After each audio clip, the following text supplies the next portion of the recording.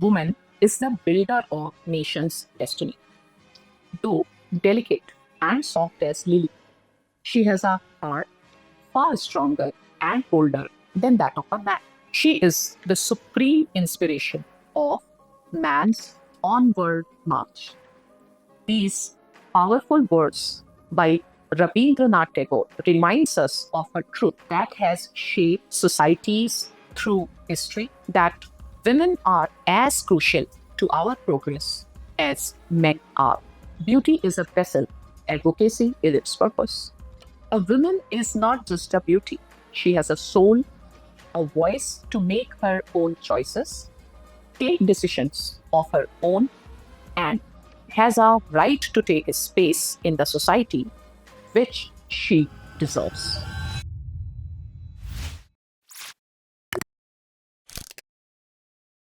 When we think about the growth of a nation, it is clear that women's status, their work, and their participation are key indicators of how far a society has come. A nation's progress stalls if a women's involvement in social, economic, and political activities is absent. Traditionally, women have balanced domestic responsibilities with economic contributions, supporting their families in a countless ways. But today, an urgent call is rising for women to step into another vital role like active participation in politics. Political empowerment of women is not just a boon, but it is a necessity. And where better to start than at the grassroots?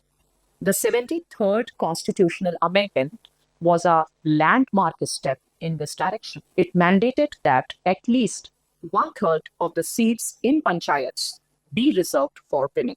This opened doors for their direct involvement in decision making and development planning. Gandhi believed true independence begins at the bottom with empowered villages. Similarly, women's empowerment must also begin at grassroots level. This raises a very important question that why do we need to empower women and why it matters? First, to build a gender equal society. Democracy will thrive when women participate equally alongside men in governance and decision making. Second, supporting women's active participation is essential to truly empower women in Panchayati Raj institutions.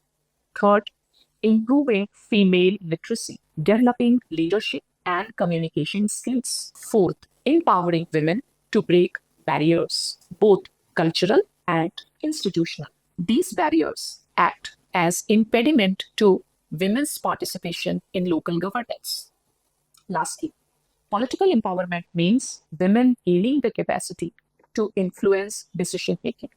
It is not just about empowerment, but recognizing women as equal partners in development of our society. The 73rd Amendment Act is a powerful tool for social change. It challenges deep-rooted biasness that have traditionally kept women subordinate and restricted their access to opportunities. By involving women in governance, we promote equality not just in political spaces, but also in social and economic spheres. So, is it a step towards true democracy? The establishment of Panchayati Raj institutions and the 73rd Constitutional Amendment have opened a historic window for women to step into leadership roles. This movement is not just political, it is transformative, offering women a platform to prove their capabilities as administrators, decision makers, and leaders. This journey of women in Panchayati Raj has been inspiring, but not without challenges. While many women have stepped into leadership roles, some have been used as proxies by male family members who limit their real power. In the end, we can say that if you want to see the change, bring that change. And how will that be possible?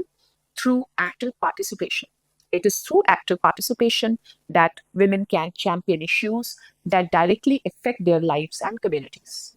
This not only enhances women's status, but also strengthens democracy itself. When women rise with dignity, nations rise with stability, justice, and long-lasting progress. As Pandit Jawaharlal Nehru aptly stated, when women move forward, the family moves, the village moves, and the nation moves.